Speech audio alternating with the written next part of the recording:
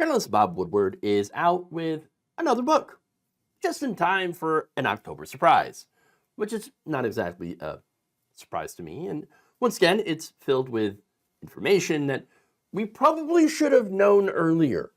Now, it turns out some of this information involves some of Donald Trump's friends. At least one of them he happened to keep up with after his time in the White House was over.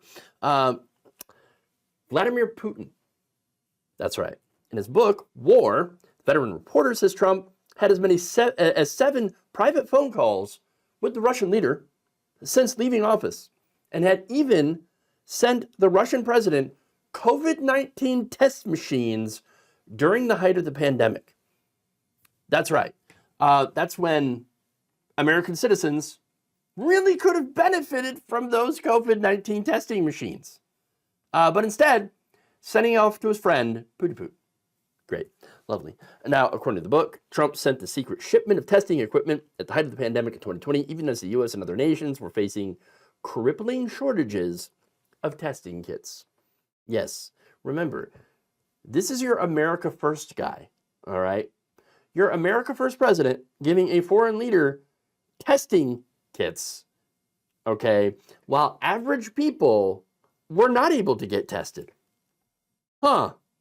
Interesting. Now, according to the book, Putin had told Trump, quote, "I don't want you to tell anybody because people will get mad at you. Not me. They don't care about me." Well, that's true. I really don't care about Putin. But apparently Trump is like, "I don't care. Fine. I don't care. Putin, I'll give you the world, Putin. I'll give it to you right now. Here, take these testing machines. Just take them. With my love." Okay, I'm kidding about that last part, at least. All right, but there it is. There it is. Look, wow. These phone calls, right? I mean, it's crazy. Now, the phone calls themselves haven't been independently verified, but if they did, whew, holy crap. So now, giving these testing kits when Americans needed them, kind of indefensible, all right? Now, the phone calls also are another kind of indefensible, right? Now, you might be wondering, why? What would it matter if they were just, if they were having buddy chit-chats? I mean, what's the problem there? Well, that would depend on what they were talking about, okay, and when. Now, if Donald Trump was talking to Putin and doing diplomacy, essentially, as a private citizen on behalf of the United States, then that would be a problem, because it would violate the Logan Act, which criminalizes the negotiation of a dispute between the United States and a foreign government by an unauthorized American citizen. Donald Trump, unauthorized, okay, because he's not president. Now, the intent behind the act is to prevent unauthorized negotiations from undermining the government's position, which is probably what Putin was hoping for. Okay, so that said, why is Trump talking to world leaders when he's not president, especially ones that we are at odds with? I mean, that's the important question, right? Now, the other issue, of course, is when did this happen? Well, in one episode reported by Woodward, Trump had ordered an aide away from his office at Mar-a-Lago, private citizen, right, in order to take a private call with Putin early in 2024, which happened to be 2 years after Putin's invasion of Ukraine, and we are currently arming and supporting Ukraine. So, I mean, that, like, what are you guys talking about? What are you guys talking about? What could you possibly have to talk about? You're not an ambassador, okay? You're not somebody who does diplomacy. Why are you taking private calls with Putin? What is going on here? Now, that said, Donald Trump denies the report.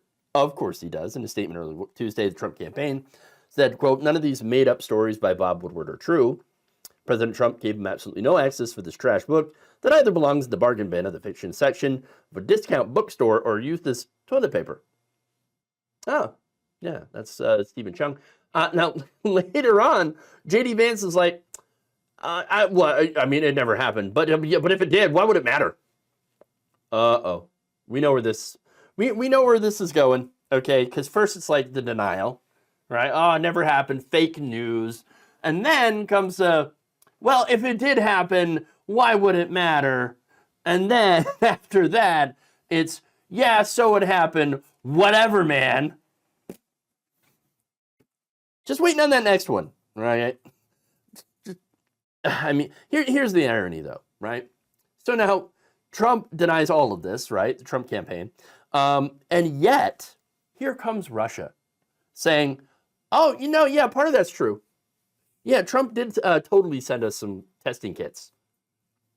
Kremlin spokesperson Dmitry Peskov said on Wednesday that the tests had been sent.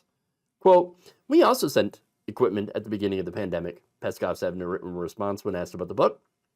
However, he did deny that Trump and Putin had spoken by phone. Quote, "About the phone calls, it's not true." Oh, okay, sure. Now, the thing is, if he admits that they were having these phone calls, right, then Trump opens himself up for Logan Act violations. And of course, can't let that happen. Right. But look, I think they have a pretty close relationship, right? It's probably very, very one-sided, okay? Putin just sees Donald Trump as an idiot that he can use. All right.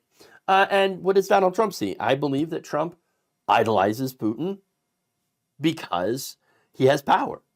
He likes strong men and dictators because that's what he aspires to be, a strong man. I mean, he probably just looks at the word strong man as like, yeah, I'm strong. I'm a man, so I want to be a strong man.